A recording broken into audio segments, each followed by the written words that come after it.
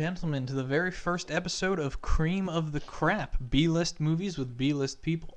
I'm your host, Chris Venzen. And I'm Samuel Giordanelli. He's our co-host for today, and, we're just going to, over the course of this podcast, take you on a journey through the wild and wacky world of B-movies. Some high budget, some low budget, some no budget. And, we're just going to kind of break them down. We're going to give our thoughts on them, questions that we were raised, and hopefully we're all going to learn something about ourselves and the world as a whole throughout this journey. We figured that the best movie to sort of start this journey with was The Hunter from the Future 35th Anniversary Edition.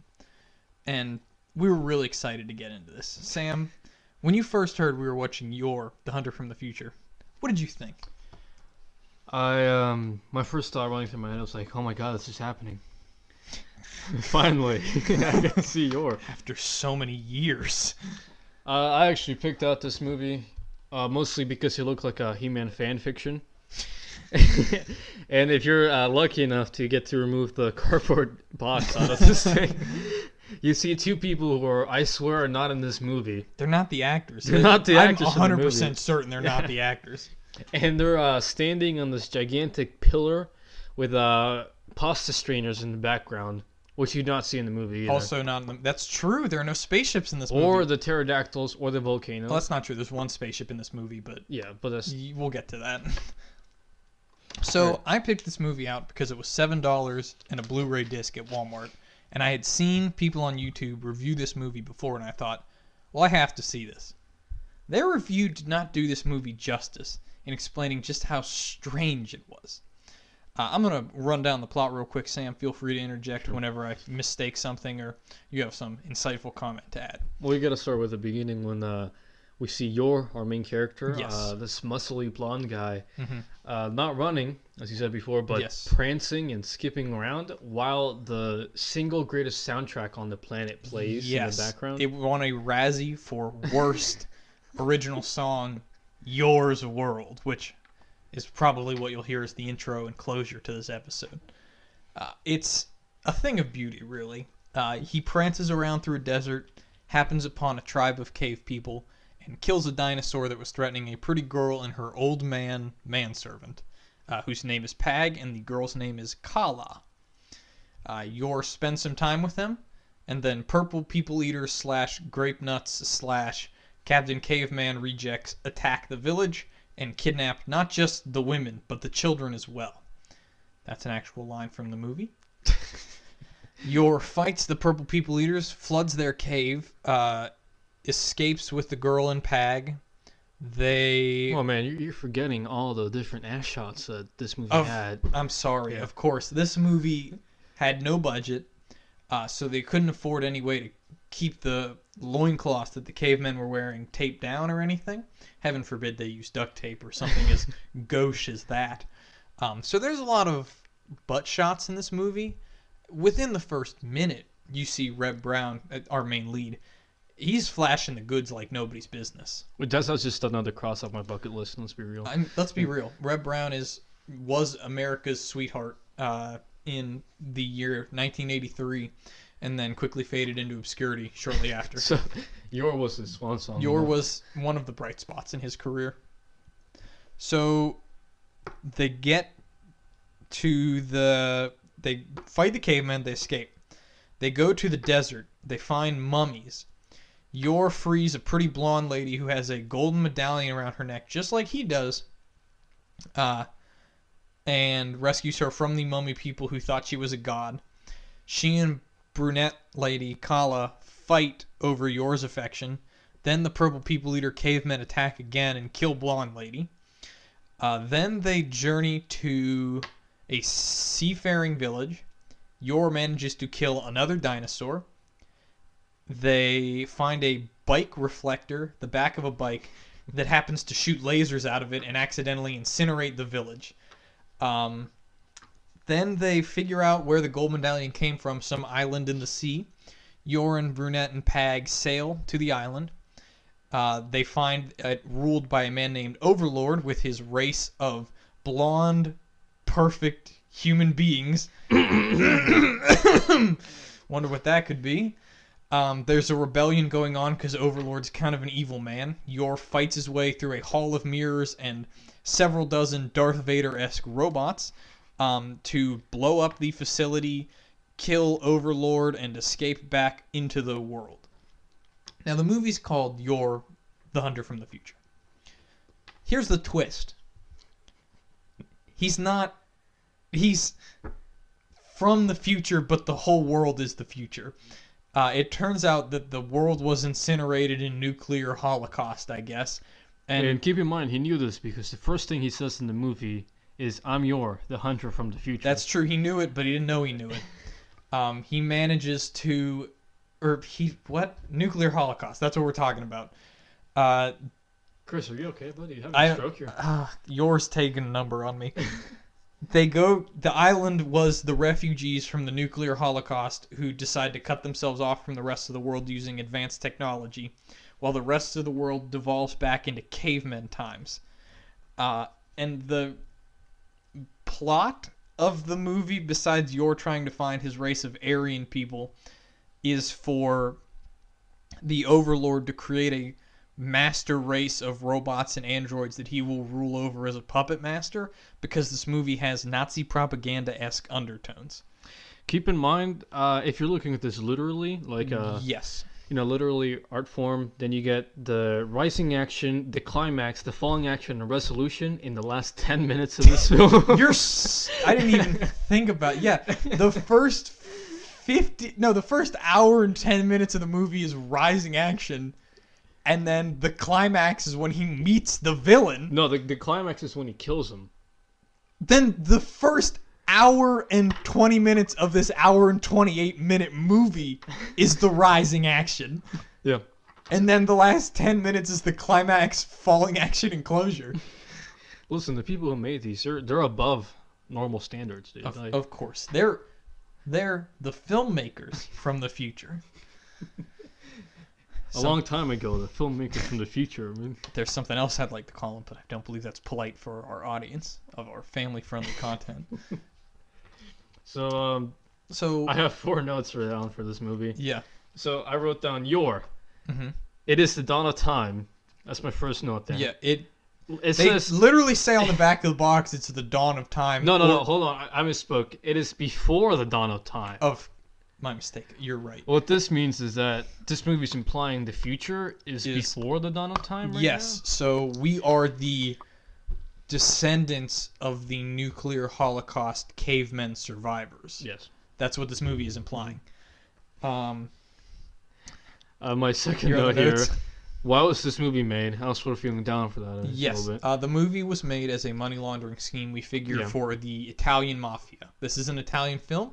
Its Italian title is Il Mundo di Yor, which literally translates to the world of Yor, which is a joke because the movie takes place in the past, but it's the future. Get it? The days of Yor, the world of Yor. This movie is really beating you over the head with subtlety. Here's the thing, though.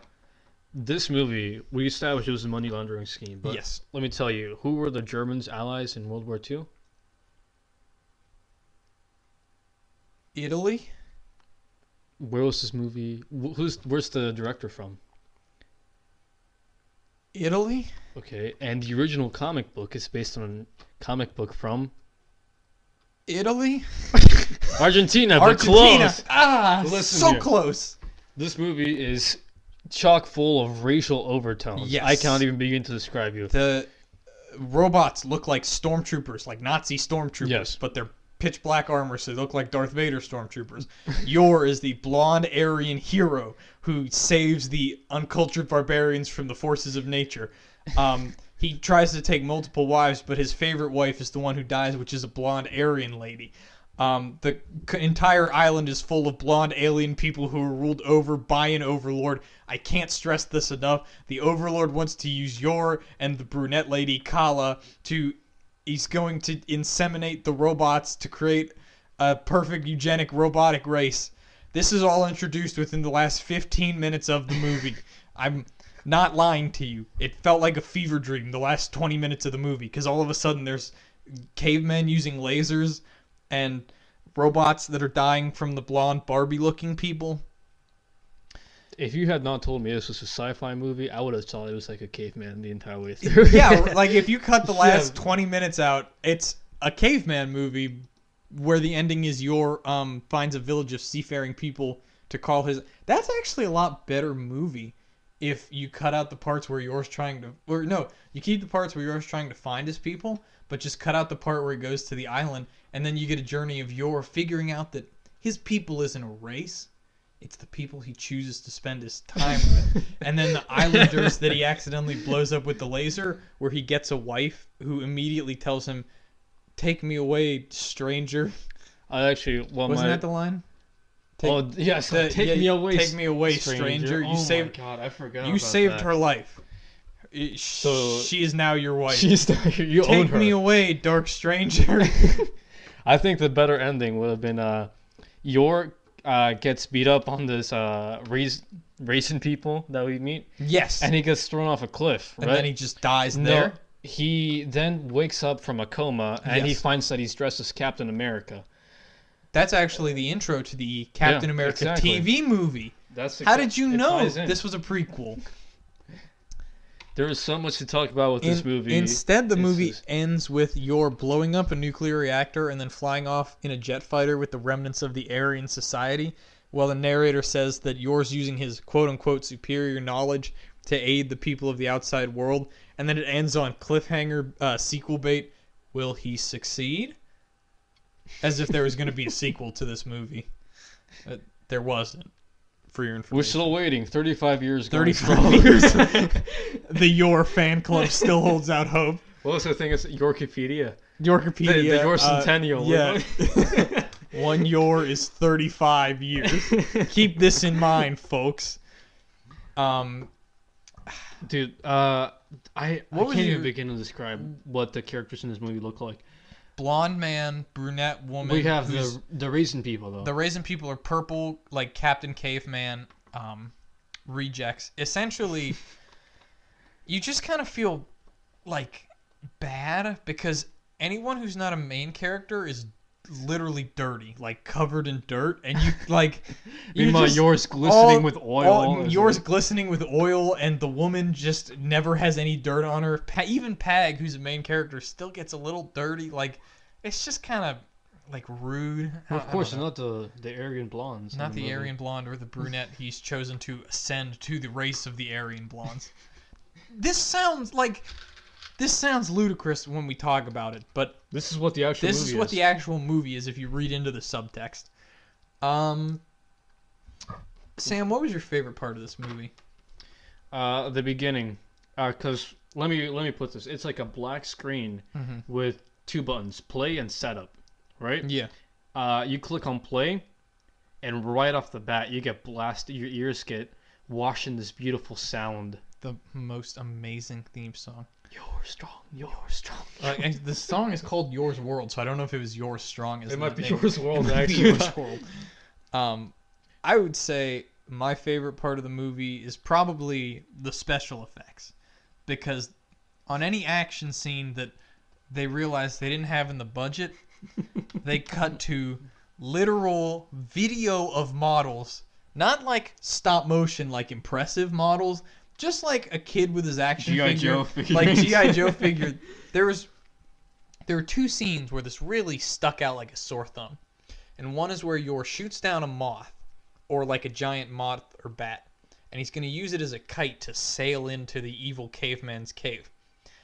And it's just he jumps off the cliff, or like off of a small rock cropping, I'm sure, out of frame, and it just cuts to model holding the like black cardboard cutout paper, and you just hear Yor, and he sails into the cave entrance. He saves the day. And he saves the day until he gets beat up in the head with a rock like 10 minutes later. And then the second scene is where Yor he has to sail across to plant a bomb, and he grabs onto like a wire, and it cuts when he's swinging across the wire with literally an action figure just tied to the rope.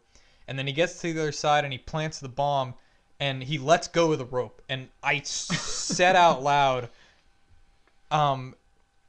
doesn't he need that rope? And sure enough, as soon as he planted the bomb, he looked back, and the rope was swinging back across. So Thankfully, luckily, dude, Pag was there. Pag was there, and he Pag, to anyone who doesn't know, he's a 140-something-year-old man. he's older than the cavemen in the movie. Let me explain something. That dude, Yor, he calls himself a hunter. Yeah. Pag kills everything that Yor can't kill. Throughout the entire Yor movie. doesn't kill a person in the movie, but Pag's hands are stained with the blood of dozens. Yeah, that's true. If not hundreds. And this 100-something-year-old man grabs the rope, but not with his hands, mind you. No, he grabs it with his hands. Oh, yeah, but then he switches to his legs and swings like a trapeze artist. His action figure swings like a trapeze artist. Excuse me. Grabs Yor's action figure. Doesn't even cut to the actors to show the grab. It shows the models grabbing each other and then swinging back over, and he drops Yor off. And then the model swings again, and then Pag somehow manages to make it. Sorry, I threw up in my mouth a little bit there from thinking about this movie. Honestly, you can't even tell they're models because they just dumped your one with oil. They just It was dripping oil across the...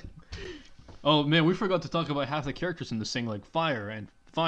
Oh, yeah. And every single scene, it's just a pool of fire. The other default special effect is fire. They burned down an entire forest to film this movie. And a desert full of gasoline. It might have been gas. He gets a flaming sword. Long story short. And he flaming, by the way. Half flaming. Half regular sword. Yeah. He stabs it in a puddle of like liquid, and the liquid lights on fire, which leads me to assume that the gasoline has replaced water in the desert. It's like Mad Max. It's like Mad Max. Yeah. I would say that Yor is the Mad Max Fury Road of Citizen Kane, Scooby-Doo, Mask of the Blue Falcon ripoffs. That's true. I agree with that. Mm-hmm. Mm-hmm. It is essentially the quintessential He-Man fan fiction. Honestly, if you want a live-action He-Man and the Masters of the Universe movie that isn't the live-action He-Man and the Masters of the Universe movie, then pick up Yor at your local Walmart today. I think these guys are like the best shots I've seen because they aim the gun to someplace and shoot to a completely different place. They do. The laser beam. It's an interesting gun technique where they point the gun at their enemy. They pull the trigger, they move the gun down, and then 2 seconds later the laser beam appears where the gun was and fires out at the enemy. It's really amazing technology. You gotta time it perfectly. I can't figure out how it works for the life of me, but you know. That's with half of the other things in this movie. Like when he flies the spaceship. Yeah, how does he know how to do that? How does he know what a spaceship? He called it a Firebird like 2 minutes before that. That was the what do you call? That was the beach the old people. Guy. Yeah, beach people. Firebird dropped God from the sky, heavens. There's a lot of cavemen speak in this movie. Oh, except for when they mention explosions, like it's nobody's business. Yeah, like it's like they know what an explosion is, despite no reason in nature like an explosion should occur besides like a lightning strike. The Firebird flew over a big lake, and there was a huge explosion. Yeah, let me rephrase that. A lot of explosions. You're not grasping how many explosions there were. How would you rate this movie, Chris? I would give this movie 3.5 red browns out of 5. I would give this movie 9 ass cheeks out of 10. I was just gonna you beat me to it. I was gonna 8.5 ass shots out of 10. It's a fun watch. I feel like there's definitely worse movies to make fun of out there, but if you're looking for convenience, you can't beat Yor. It's $7 at Walmart. It's on Blu-ray. There's a audio commentary by Reb Brown. I keep wanting to say Red, but who cares? He's like 80 now, and might as well be Ripped Brown. Might as well be Ripped, you know. But you know, it's a good watch. Get some friends together. You can point out how funny it is. The bad cavemen are purple for some, like, there's no reason that they're literally the same. I'm pretty sure they were gonna make him black, and someone's like, maybe that's too obvious. Maybe we're beating people. They're in the boardroom and they're like, guys, did we mean to make a propaganda film? Because I'm feeling weird about this. There's a eugenics. The bad guy is a eugenics master program. Racist? That sounds a little bit. There's something wrong with this. The lead director has like a hat on with a swastika on it. He's like, I'm sure it'll be fine, dude. Nobody's gonna notice. I like to So before you said that you're gonna rate movies from Aliens vs Predator, Requiem to The Room, Yeah. and how good bad they were. I mean, that scale will change with time Definitely. as my repertoire goes, but as of now, Aliens vs Predators Requiem is a bad movie. Big budget. It's bad. It's not even funny bad. I mean, it got like a 4.3. No, it got a 4.7 on IMDb. I don't even think there was a movie. It's just black screen. But it was just pitch black. And I get that that's supposed to be scary, but you can't see anything that's supposed to be scary. But we'll talk about that. That's another day. So for now, since this is our first movie, right now I'm gonna place it at number 1 best movie out of the ones we've seen. That's 100. You're 100% correct. You know what though? I'm gonna disagree with you. I'm gonna place yours at the lowest out of the movies we've seen so far. Really? Yeah. It wasn't even a good bad. Out of the one movie we've seen so far, yours the lowest for me. That's a compelling I had a stroke there. I'm sorry, guys. That's fine. Yeah, your is a misleading piece of 80s schlock. One might say at its finest, because it's not clueless in the way that some movies are that they're bad, because it knows that it has a low budget. Oh yeah, when you see Rob Brown, there's every so often he looks at the screen, he just winks at you. He winks at the audience. He's essentially smiling his vacant-eyed smile at you. I got paid for this. I got paid for this. But you know, it's something to watch. You make fun of it with your friends, and you have a pretty decent time in the whole shebang. All in all, I say that you're The Hunter from the Future. If it's cream or crap, I'd say yours cream. That's good. Do you agree? I agree with that.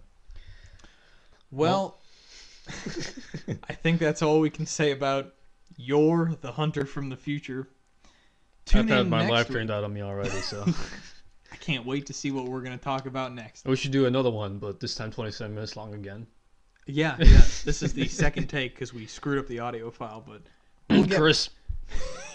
we'll get better, ladies and gentlemen. So please join us on this journey of discovery, romance, and intense dinosaur smashing action. We'll see you next time. Yours world. Alright, I think that's it. Yeah. We can probably clip that part. Pause it. Don't delete it.